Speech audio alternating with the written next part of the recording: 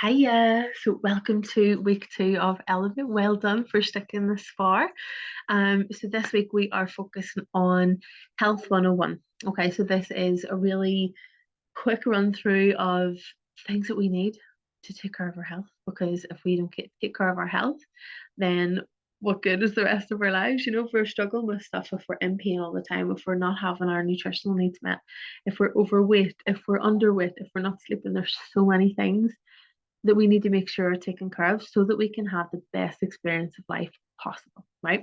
So I'm going to do the redevelopment session just before the meditation because there's quite a lot of information that I'm running through. I will be reading my notes that I've taken for you, that I've written down for you, just to make sure that I am giving you the best kind of bird's eye view of health. Okay, it's Health 101. So um I'll not be covering everything in massive detail, but I just want to point out some basic things that we need to make sure are taken care of. And then hopefully, you probably already know them, but hopefully after listening to them, it'll make you go, okay, there's one thing I totally forgot about, or yeah, could be doing a lot more of that and a lot less of this. And don't forget, it's just all with the goal of helping you live a better life. Okay. And once we take care of the basic foundations of life, then everything else that you want to do, that you want your body to do, follows after that. And everything just becomes a bit easier. Okay. So we will do we'll talk about the Health 101 just in terms of like nutrition and food and things like that today. Um, and then after I kind of read through the notes with you, after I tell you what's up, we'll do a body scan meditation. So it's a really nice place to tap into your body. Yeah. A lot of whenever we're doing like this personal development, a lot of it is getting to know ourselves again and tuning back into what's happening in this physical body and this mind and this spirit. Don't forget, holistic wellness is body, mind, spirit, community, finances, environment. There's a lot more than just your physical health and a lot more than just natural remedies whenever we're talking about holistic life. But what we are talking about today is physical. So let's get started. So the one thing, right, that I have found has been not the one thing, because there's a lot of different things, but a really important thing for me has been making sure my body is perfectly hydrated. And being someone who has eczema and my body is constantly drying itself out, and in previous years being a chronic mouth breather as well, I lost quite a lot of water through just breathing with my mouth open, through not having enough water intake. Um, and because of that, my skin health really, really suffered. And I know that other people would suffer a lot with different symptoms as well, being dehydrated. Um, your body, this, that your body is made up of about 50 to 70% water. All right. So you're looking going, what this is all solid, like why is it water? If you go back down into the microscopic level, you look at the cell, right? So it's like a little circle and it's got the wee dot in the middle and it's got a couple of other things floating around in the circle. All that stuff that's floating around in the circle is liquid. It's water. It's fluid that's made up of different things, but most of that is water. Okay, so yeah, you've got the cell membrane is the hot and the casing of the wee cell is like what the harder part is. It's made up of oils, and all of that makes up this physical body. So if you think like on a cellular level, we are definitely made up of a lot more water than what we are solid. So that's why it's so important to think about water. If you take care of what you're made up from, like the cell, if you take care of the cells, then everything in the body is going to be good. It's going to be, at its optimal. So your body depends on water to survive. So every cell, tissue, organ in your body needs water to work properly. So it needs water to get rid of waste through urination, perspiration, and bowel movements. If there was no water in your body, you would be backed up with like things like, I'm not a complete scientist, but if you can imagine your pee without water and it's all like that crystallized waste product from the food that we're eating, from the air that we're breathing, from the things that we put on our skin, all of that's absorbed into the body and it's digested. And we need the water to help push that back out again, the stuff that we don't need from all those things. And bowel movements as well. Obviously, it's just going to all get stuck there, and it's not going to come out if you don't have much water. It also helps keep your temperature normal due to perspiration. It lubricates and cushions your joints and also protects sensitive tissue. So if you think about like even in your blood as well, if your blood's going, you've got that plasma, a lot of that is water that's helping protect any wee sensitive or any parts of your body that is wounded. Lack of water can lead to dehydration, and that's a condition that occurs when you don't have enough water in your body to carry out the basic things, the basic functions. Even mild dehydration can leave you feeling tired and really sluggish. Okay, so how much do we actually need? So every day we're losing water through breath, through perspiration, through urine and bowel movements. Okay, 4 big massive things. So for your body to function properly, you need to keep replenishing that water supply by keeping drinking beverages and different things that contain water. So for men, it's about 3.7 liters. So if you, I don't actually have it up with me, you see my big massive pink bottle. That's a 2 liter bottle. And then women is 2.7 liters of water a day, of fluids a day, sorry. So 3.7 liters for men and 2.7 liters for women. So these can be from, you can get your water, like you can drink it literally the water just straight out of the bottle, or you can incorporate your teas, your coffees, even though coffee itself is dehydrating. You can incorporate the juices that you drink and even the fruit, because a lot of fruit, especially watermelon and grapes and things and strawberries, they're very, very high water content. So if you're drinking or if you're eating a lot of fruit as well, that will take up a portion of your water intake. Okay, so there is the advice of drinking the 8 glasses of water a day. And it is easy to kind of keep track of. Um, you might need more, you might need less. That's why I just kind of tend to carry around more than what I need because I know that I'm dry, like tend to be more like a dry skinned person. So I just drink a little bit more than what I need. Um, but you might need to modify like how much water you're intaking, depending on like what kind of exercise you're doing. Like I say, perspirations, if you're sweating more, if you tend to be a sweaty person without the exercise, then drink more water. If your environment that you're in tends to be more hot and humid, especially during the summer when it's so hot, you need to be replenishing your water. And generally, like your overall health. So, like if you're sick, if you're vomiting, if you have diarrhea, if you have like a flu and you're sweating excessively, you do need to be replenishing your water more.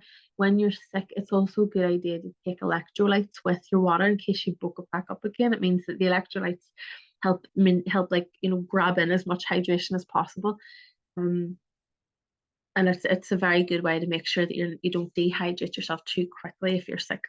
Also, if you're pregnant and breastfeeding, because the amount of fluid that your body keeps, to cushion the baby, to grow your boobs, grow your womb, grow your milk supply, it all needs replenished as well. Okay, so how do you know if you're drinking enough? Your fluid intake is probably enough if you rarely feel thirsty and if your pee is colorless or a very light yellow. Anything other than that, you're probably needing to drink a lot more water. Okay, it's a good indicator as well, especially if you have like urine that smells very strong as well. It's probably a good indicator that you need to drink more water. Um, so wee tips about drinking more water is just try and have one with a glass of water with each meal and in between meals. Take it before, during, and after exercise. Obviously, drink if you feel thirsty. And one thing about being thirsty is as well, sometimes your body, you would feel thirsty and you think that you're hungry, that you're snacky. So always, always, always, if you feel snacky, take a couple of glasses of water first. And then if you still feel snacky, then go and have your snack. But that's a good way just to make sure that you're hydrated and that your body's not just like crying out for something, making you think it's a snack. So then going into food and a bit of nutrition. So most of us still aren't eating enough fruit and vegetables. Now I covered this in the original challenge. So there was the special call with Shivani and Ruth. They did an amazing call with me. They are, specialists in this field. So I'm just passing on what I've learned from these guys. The food industry is really rapidly declining in the quality of food that we're eating, which is why it's more important to be really hands-on with what you're putting into your body. So you should be eating enough fruit and vegetables. The fruit and vegetables should be making up a third of the fruit or the food that you eat in any one given day. Okay, so when I'm saying that, like think about like all your meals so far today. Is a third of that fruit and veg, or what way is it sitting? you got to try and eat 5 portions of fruit and veg a day. However, the decline in the quality of the food, the quality of the soil, and the amount of nutrients the growing fruit and veg is able to suck out of the soil, that's declining because of over farming, because they're constant, like the constant need and this constant need to have the supermarket shelves full and the people wanting out of season vegetables all the time. A lot of pressure is put in the farming industry, and way back when there used to be like breathing periods where they would leave a field for a year or two to replenish. But because of all this pressure, because of even growing populations across the world, people aren't letting the soil rest. The farmers aren't letting the soil rest enough, and also you got to take into account the distance between between the field to your plate. Okay, so there's preservatives put into it. There are miles and miles and miles of traveling that it's done, and you're not guaranteed that it's refrigerated the entire time, so it might not be as fresh. Yeah, so it's always best to eat fresh from your local greengrocers, and try and grow your own if you can. But that said, it's I don't want to make your lives any harder and put you under any more pressure than there already is on us. So just try and eat at least 5 fruit and veg a day.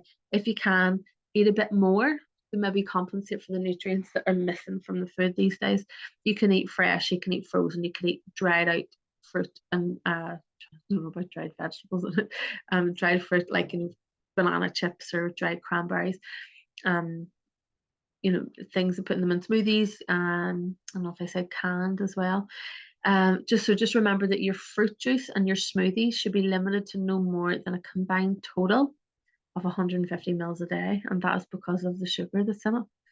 Isn't that crazy how much, like, if you think about like even the bottles of the smoothies that we get, they are quite big and chunky. Like, so they're definitely over 150 mil.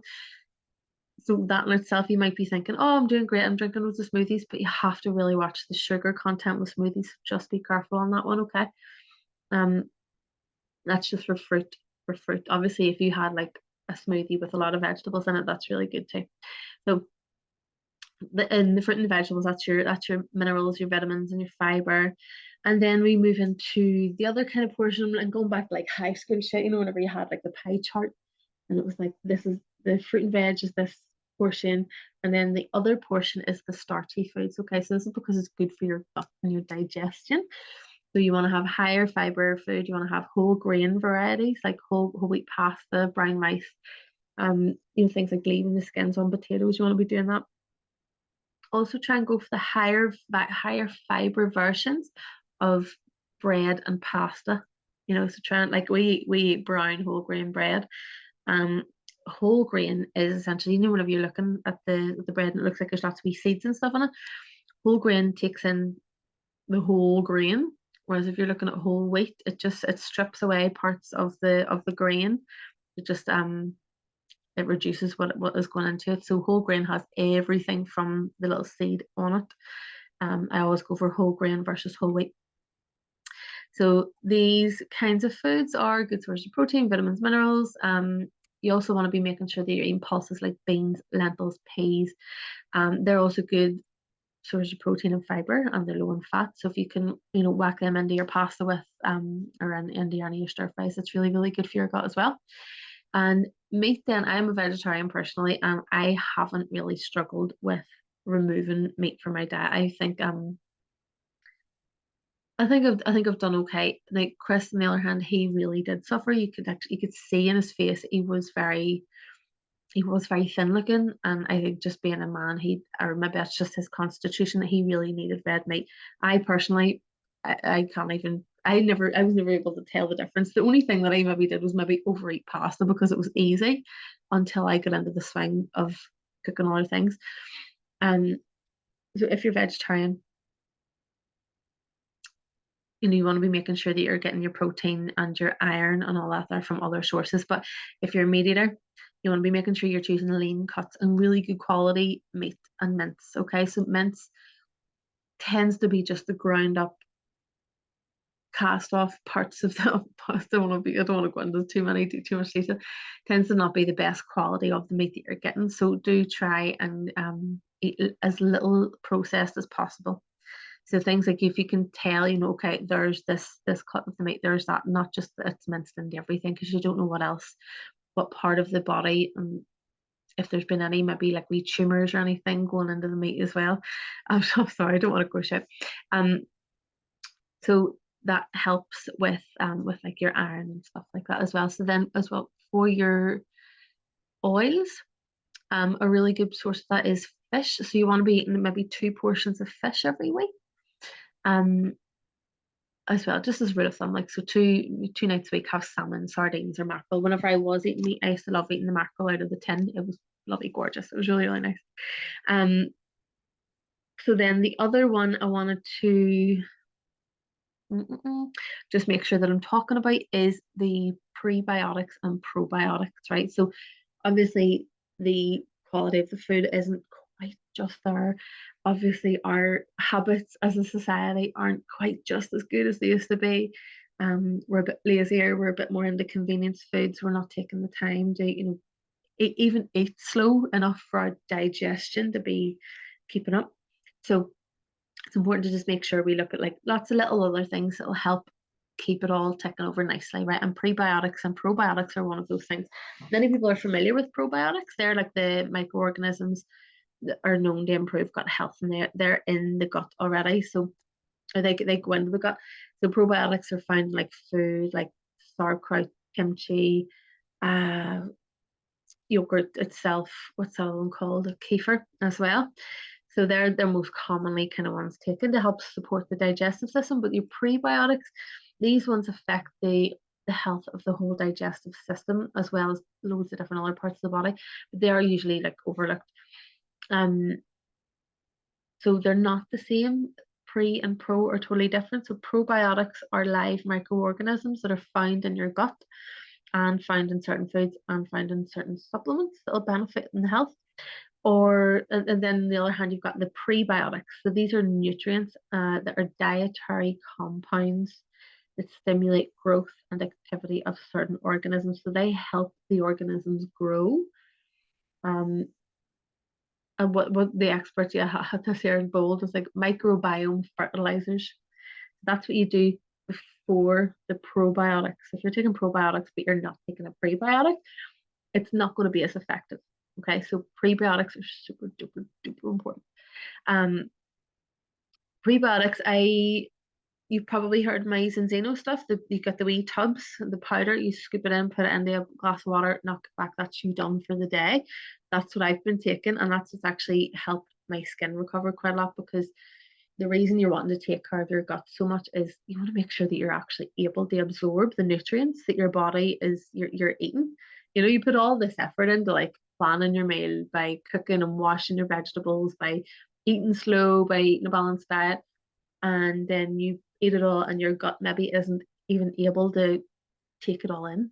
You're just maybe pooping out about 70% of the benefits of what the food is you're eating. If you take prebiotics, that means that you're absorbing a lot more of the nutrients that you're putting into your body. Then the same as well, I was talking about the cell health as well. Omega 3s is one really underlooked thing. I know a lot of people take multivitamins, and that's great.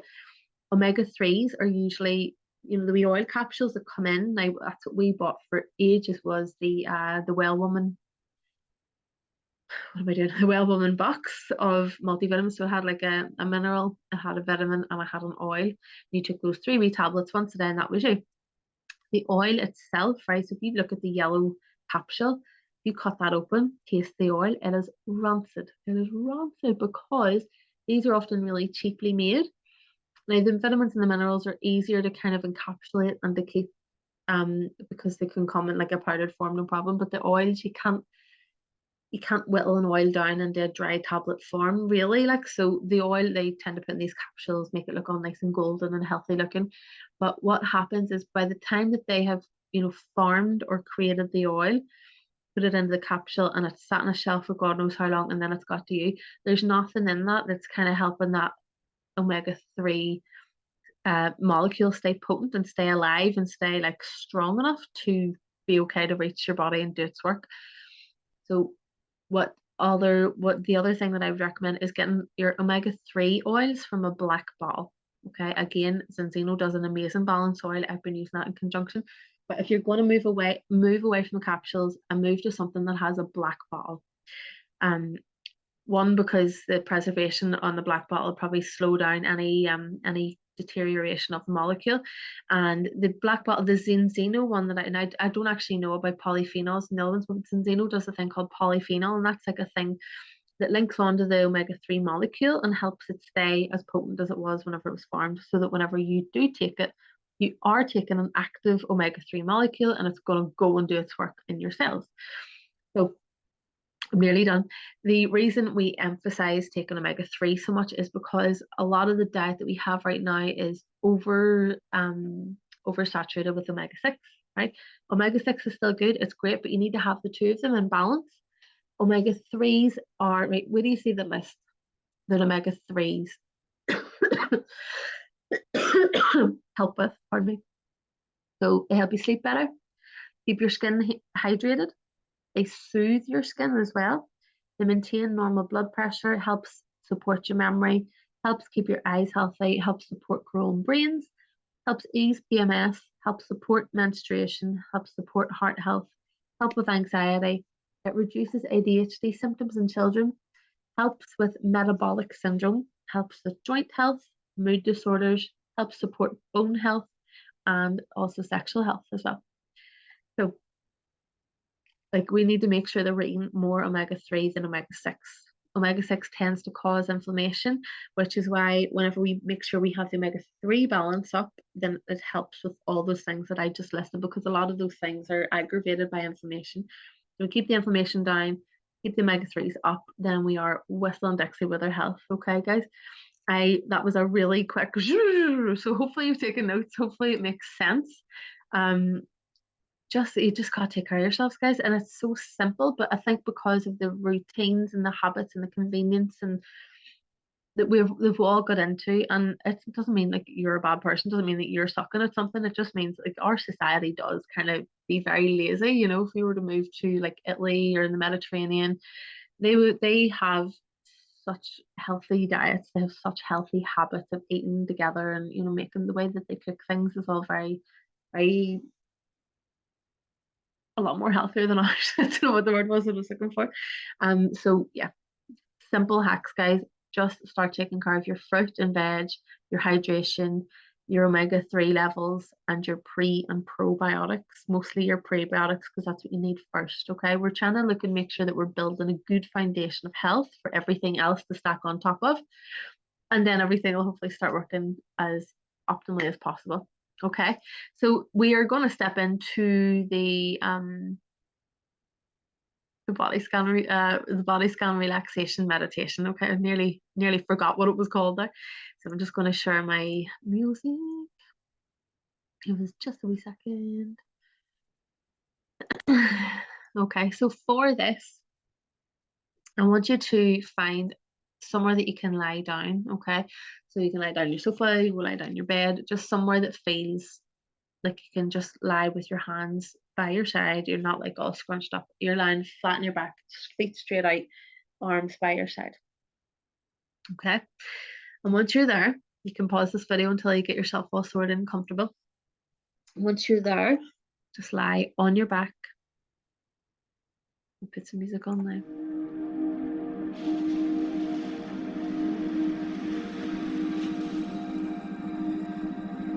So lying on your back, just close your eyes. And we're going to really focus on getting to know our body and getting familiar with what feels normal and noticing imbalances or niggles or just parts of the body that need attention.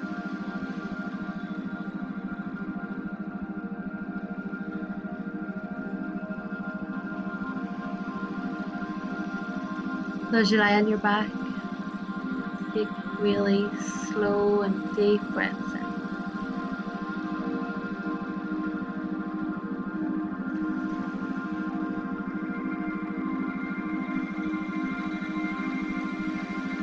Breathing all the way down into your belly. And on the breath out, you're breathing out as long and slow as possible. allowing yourself to sink down into whatever surface you land on. Sink into the bed, onto your yoga mat.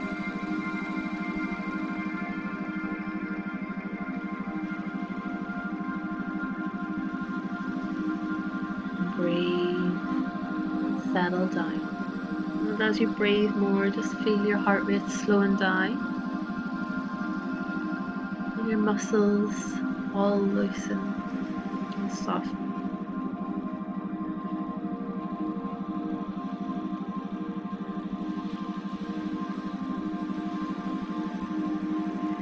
And I want you to now bring your attention to the soles of your feet.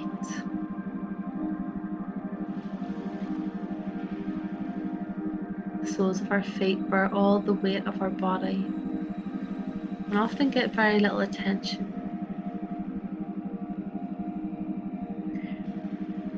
But just allow yourself in your mind's eye to explore around your ankles and your feet. Notice any tension, any tiredness or pain in the feet, the ankles.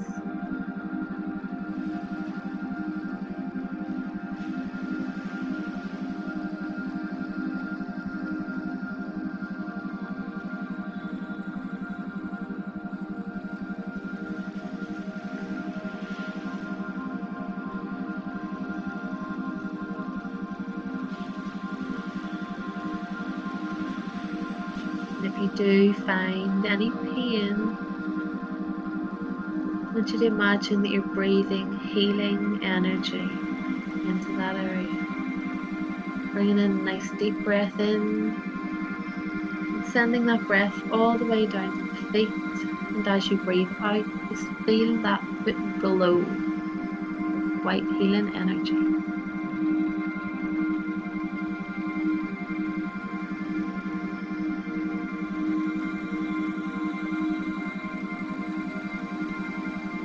Breathing in the healing energy and breathing out, feeling it glow.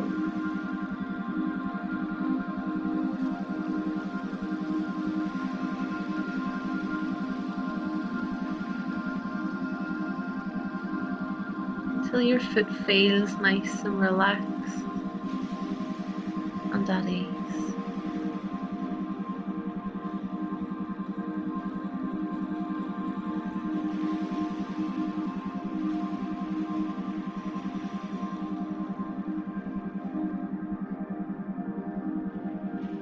And then slowly move your attention and your mind's eye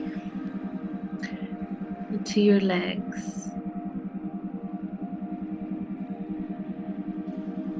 From this space, explore in your mind's eye how your legs feel. So incorporate from the ankles up through the shins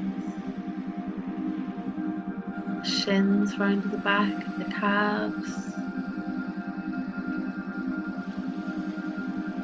calves up into the knees.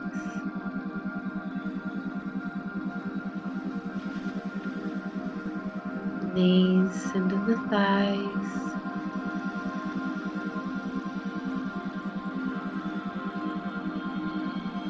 Just notice again any feelings of tension, tiredness or pain in the legs.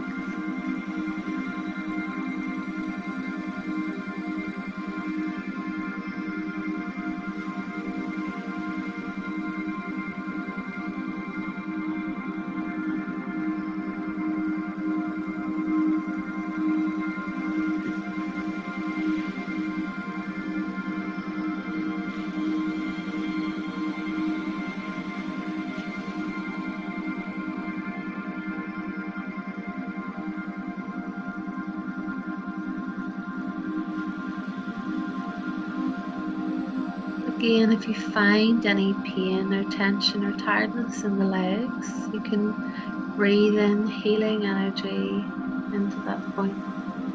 You're breathing in the healing energy. Imagine you breathe it all the way down to wherever it hurts, wherever you want to send healing to. And then on the breath out, imagine it glowing with that healing light. Nice vibrant white sparkling healing light energy. It's going to provide deep healing in that area. And it's going to happen because you said so, because you've intended it. Breathing in the healing, breathing out, see it glow.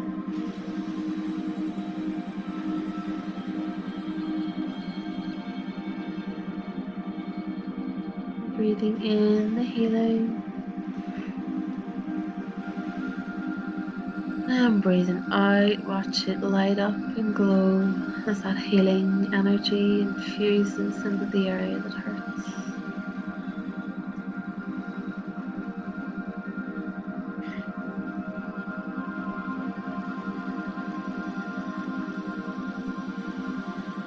And then bring your mind's eye up to the lower half of your body, so your hips, your wound space, your bum, your lower back. And just observe this area, see what you can see, feel what's there. Is it sore, is it tired, or is it tense?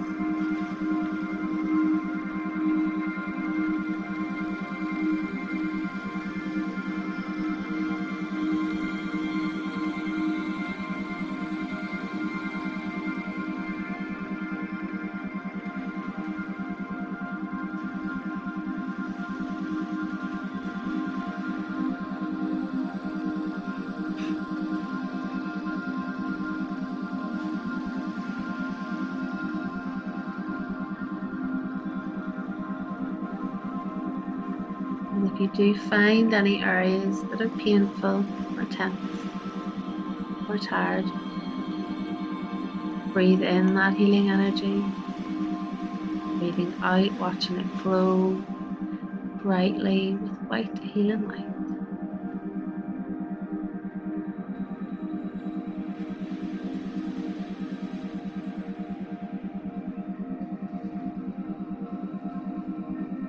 Breathing in that healing energy.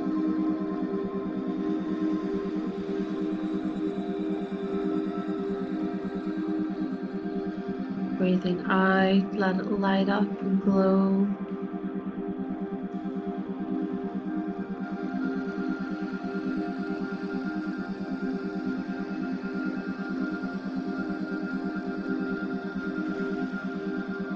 Sending gentle healing energy, sending in relaxation and ease into this area because you have said so. Because you're the master of your body and your life, and you get to say what happens.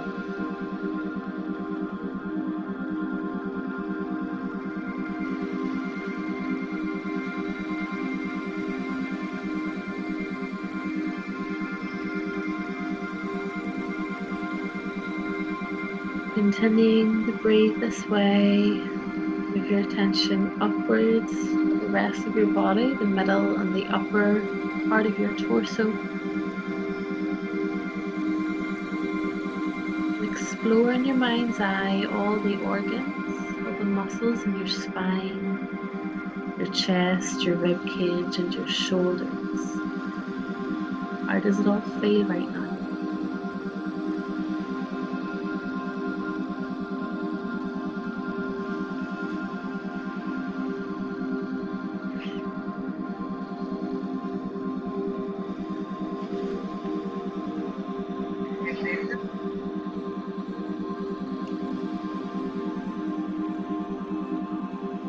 And if there are any areas of pain,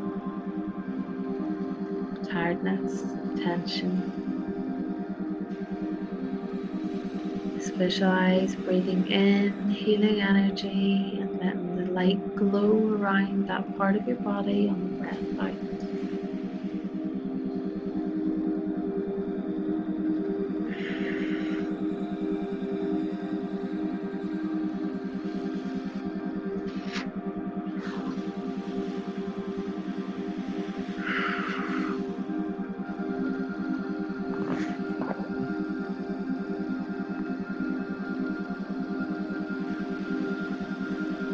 Breathing in ease and healing and relaxation. Just imagining all the tension being released on the out breath as you glow brighter, this beautiful white sparkling light.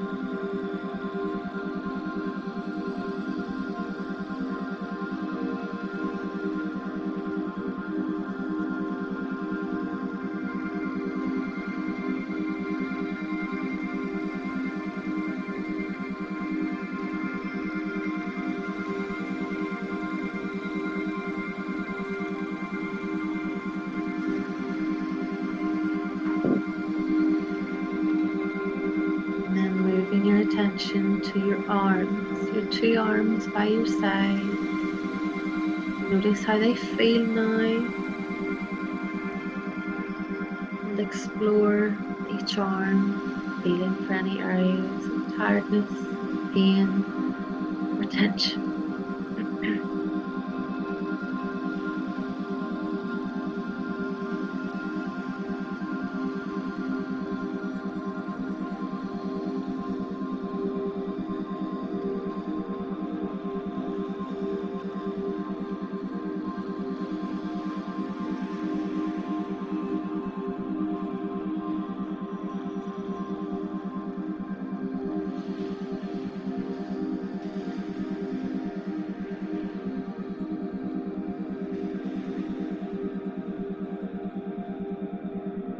On the breath out, let yourself feel heavy, the arms flop by the side.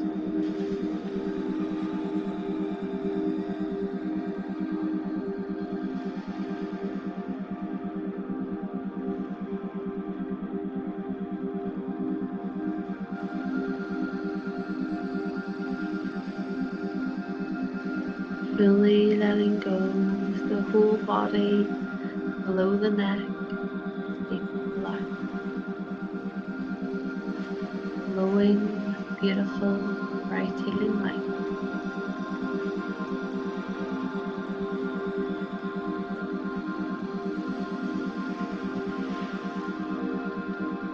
Now bring your attention to the neck, the back of the head, to the part where your skull joins onto your spine at the back of the neck. Is another place that we tend to hold quite a lot of tension. So just explore this area and see if you're feeling any excess of tension, or pain, or tiredness.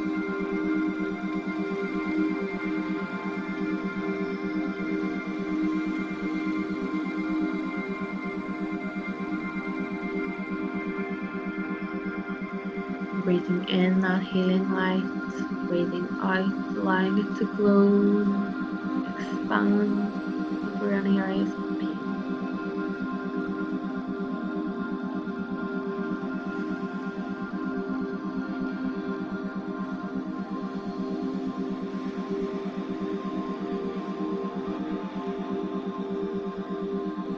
Breathing in the light and breathing out, allowing it to expand, providing your body with a deep sense of relaxation and of ease.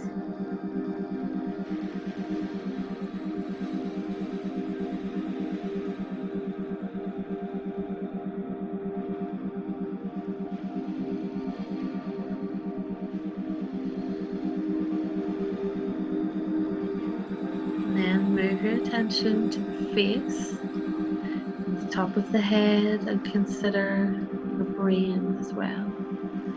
Just exploring in here, seeing how it all feels. Notice the muscles in your body, in your face, your cheeks, your tongue, muscles behind the eyes.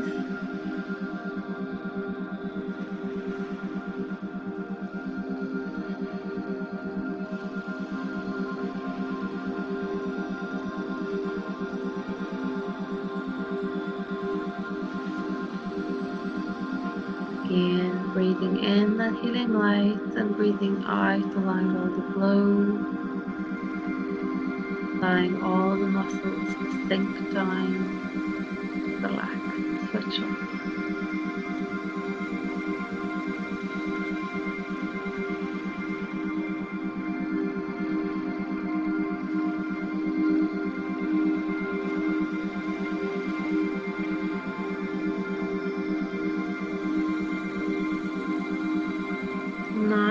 walk your mind down the body now. And as I mention each body part, I want you to breathe into it and relax it as much as you can, because when the body is relaxed, we go into rest, digest, we switch back on all the essential functions of the body and pave the way for optimal health. So let's start with the top of the head and the forehead, breathing in and breathing out, relax.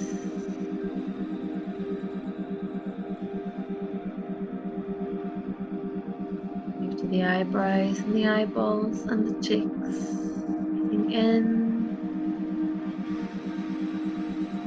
and breathing out, letting go and softening all of the face.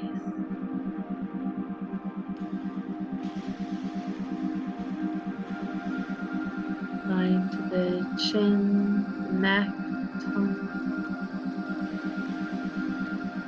the back of the head, breathing in and breathing out, relaxing it all down, noticing how heavy the head is on the pillow that you've made. Heavy head, letting all the muscles go, and let that pillow or the bed or the floor take the full weight of your head. Sink into it.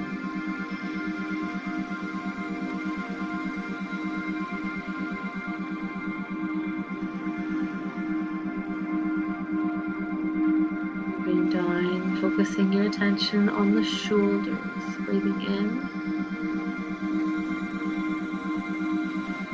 Breathing out, letting go of all the tension of the shoulders. Try to turn them to mush. Back. One more time with the shoulders. Breathing in.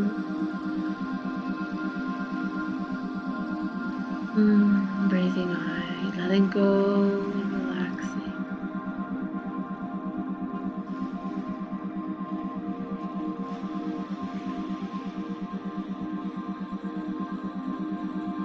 Moving down, focusing on the arms this time.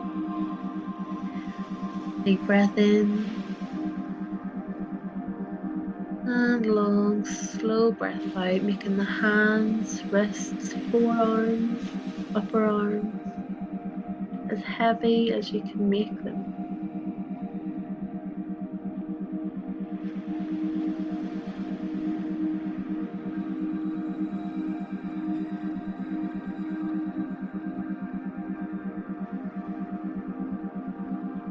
Now move your attention to the spine and all the little muscles that run up and down the side of your spine.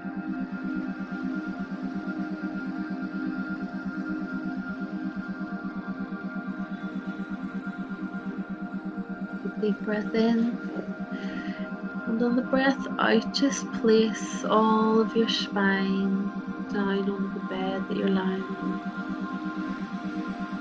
Allow it to take the full weight of your body and let your spine take a break. Let all the muscles take a break, soften and expand.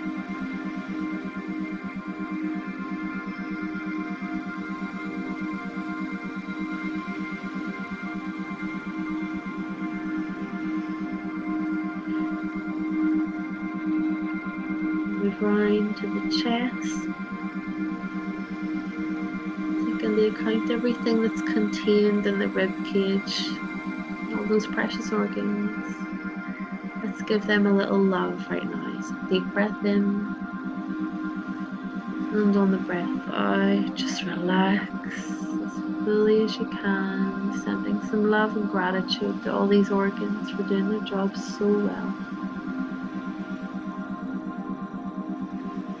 One more time, breath in at the lungs and the rib cage, and breath out, sending down love and appreciation and relaxation.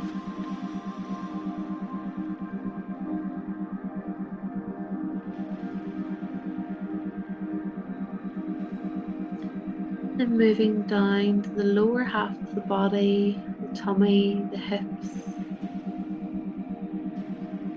Breathing in, nice deep breath. And on the out breath, again, send some love.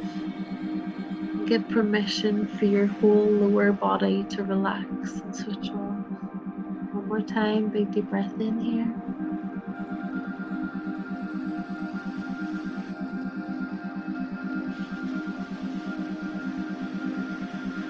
And let go. Just take a little second to let your whole torso now surrender to the weight of gravity, to that pull of gravity. And let all your weight just fall into the bed even further. Heavy body, heavy head, heavy arms.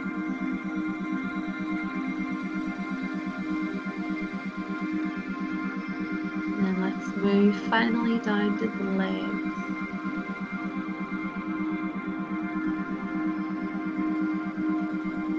Deep breath in. And on the breath out, just surrender all the weight from your legs. The gravity, taking it all down. Taking a break.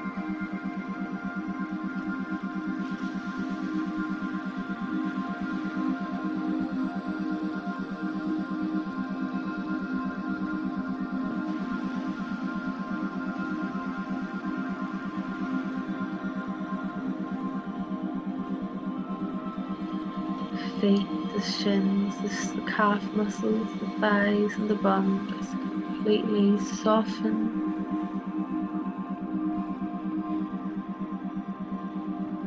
The whole body soften and let go and take a well-earned rest.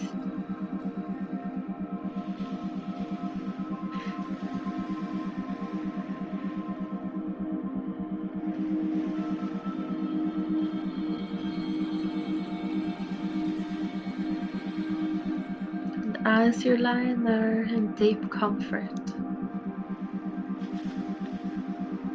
command all the cells in your body to work perfectly.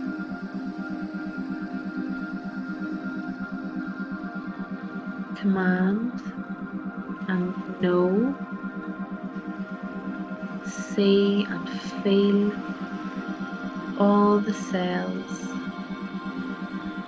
foundation of your very being, your physical body, are all working perfectly together in harmony and relaxation, cooperation and ease,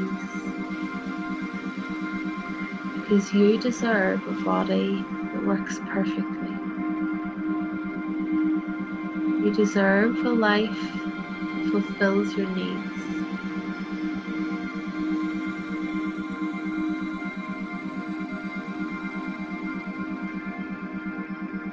You deserve a body that is pain-free, disease-free, that functions optimally. So command the cells now. Take charge and tell your body, I command my cells to work perfectly.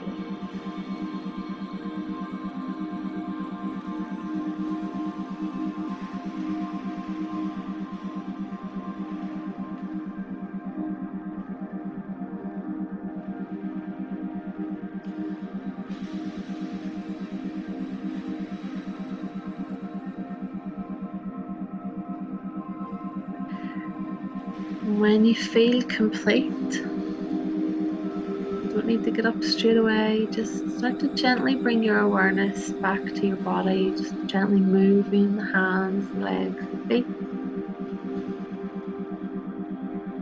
Shrug the shoulders ever so slightly. Take a nice deep fresh breath of air. And then let go. You can roll over onto your side. Gently open your eyes in your own time. Come back up to a sitting position when you're ready.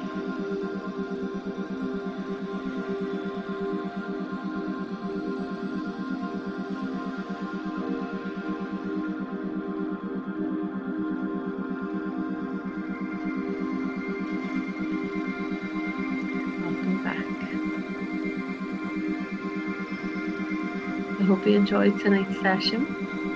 And hopefully you will go forward with a newfound sense of drive to take care of your body. And remember that relaxation and a peaceful mind are just as important as those physical things that I mentioned earlier. So go and have a think about what tweaks you can make, what else you can incorporate into your diet that will help you be healthier. And I'll see you next week.